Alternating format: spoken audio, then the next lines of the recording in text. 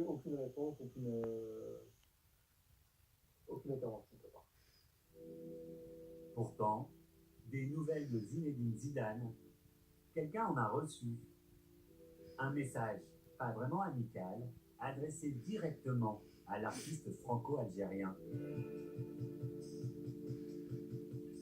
Après des semaines de négociations, Adel Abdesmed a accepté de nous recevoir dans son atelier parisien. Donc, quand vous êtes ici à propos de la statue de Zidane, donc ça c'est la première maquette. Donc pour calculer tous les points, pour faire l'agrandissement. Moi, c'est le coup de tête de Zidane, je l'ai reçu à travers l'écran en vérité. Ce coup de tête, c'était hors du temps, hors du monde. Et donc, je voulais retrouver cette énergie, ce geste-là. Voilà, j'ai reçu comme un choc. Une sculpture faite sans l'autorisation de Zinedine Zidane. La star du football réagit très vite dans ce courrier adressé directement à l'artiste, daté du 2 novembre 2012. Inutile de vous dire à quel point il est blessant et insupportable de voir ce moment particulièrement douloureux de ma vie devenir un objet d'attraction touristique. Je vous remercie de me confirmer que vous cessez ou faites cesser toute exposition publique de la pièce litigieuse à la fin de cette session au Centre Pompidou. Cordialement, Zinedine Zidane. Zidane voulait faire interdire la sculpture? Oui. Il voulait l'interdire. Il m'a même menacé que c'est soi-disant dans sa lettre pour la dernière fois que je peux montrer cette œuvre. C'est comme s'il a le droit. Bon, je ne parlais pas de lui, je parlais de deux lutteurs qui se cognent, c'est tout, comme dans toutes les tragédies. Et vous, ça vous a choqué? Ça vous a... Ah, j'avais pas croire. J'avais pas croire. C'est comme il a loué un fusée, il a monté dans un hélicoptère, il a commencé à me chasser comme on chasse la chasse à l'homme en fait. Voilà, je pense que je suis un ours polaire. Un coup de pression sur coup de tête. Pourquoi Zinedine Zidane est allé jusqu'à demander à ses avocats de vous écrire? Oui, parce que je pense que Zidane, il se prenait à sa chaussure, mais il oublie que c'est son pied le coupable. Donc, c'est un peu ça. Un retour de flamme que l'artiste a mal vécu. Du côté du champion du monde, c'est son avocat qui nous a reçus. Zidane a cherché à faire interdire cette sculpture? Non. Alors, en ce qui me concerne, il ne m'a jamais chargé de mettre en œuvre une quelconque procédure. Sa démarche est une démarche de grande liberté dans les rapports entre lui, la presse, les artistes, etc. Alors, on ne comprend pas parce que nous, on a une lettre qu'on nous a donnée, qui a été transmise par Zinedine Zidane directement à l'artiste. Regardez, maître.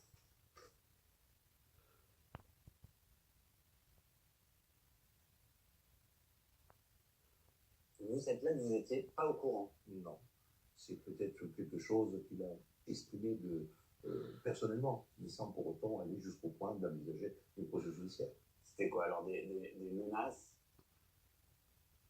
Cet événement l'a profondément marqué. Et cet événement n'est pas encore cicatrisé. Donc, informé de cette statue, il a certainement réagi au quart de tour, parce que c'est quelque chose que immédiatement fait vivre en lui cette sensation désagréable, parce qu'il est clair qu'on ne peut que regretter ce coup de tête. Des menaces jamais appliquées.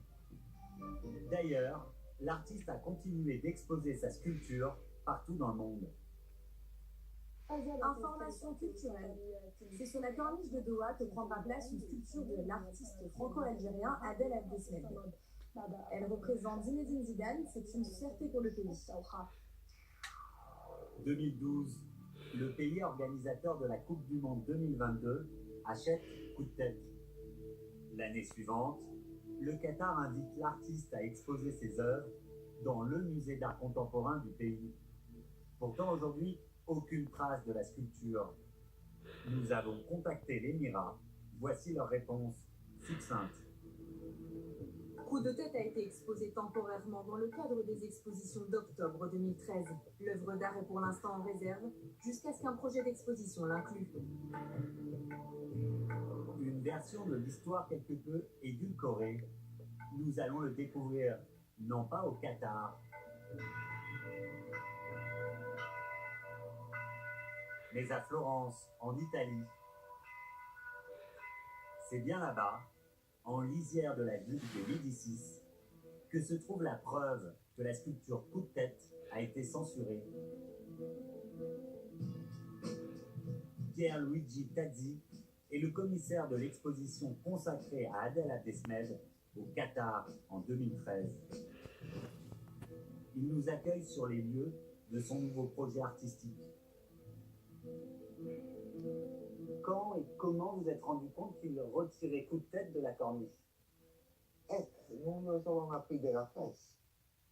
Ils n'ont pas informé ni Adèle, ni moi, ni autre personne. Coup de tête a été retiré avant la fin de l'exposition?